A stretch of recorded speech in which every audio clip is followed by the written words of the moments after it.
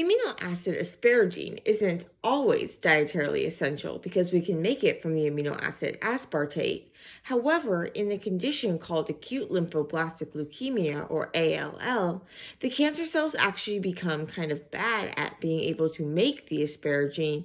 And so, by breaking down the asparagine that's actually present, you can selectively kill the cancer cells because they will be unable to make enough asparagine in order to compensate for the loss of the asparagine.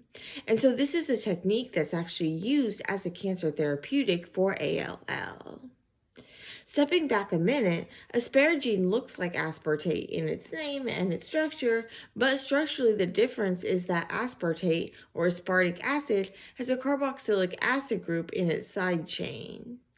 This is commonly going to be deprotonated, giving you the negatively charged aspartate form. In asparagine, instead of a carboxylic acid, there's actually an amide group. And so this is where you have a nitrogen that is next to an oxygen double bounded to a carbon. And so that would be an amide. And that amide group is added from the amino acid glutamine, which is the other amino acid with this amide group in its side chain. This happens through this enzyme called asparagine synthetase.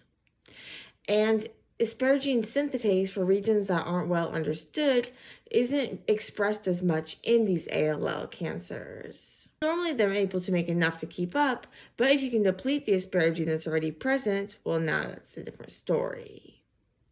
By introducing an asparagine breakdown enzyme, asparaginase, which actually removes that amine group, what you can do then is that you can actually destroy the asparagine that's actually present.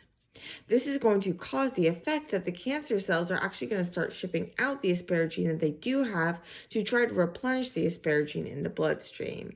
And this is just going to deplete them further because then that asparagine that is shipped out is also going to get destroyed. The normal cells are going to be able to be fine because they can keep making asparagine because they still have that asparagine synthetase. However, the cancer cells, they don't have enough of the asparagine synthetase, so they can't make enough to keep up and they selectively die. This is just one avenue of treatment for ALL, but it is an important mainstay treatment for ALL is the introduction of this asparaginase. The asparaginase is going to remove the extra amide group from the side chain of asparagine. Now you're left with aspartate, and that can be broken down just like you would aspartate by transamination to form oxaloacetate, which can then enter the citric acid cycle and things like this.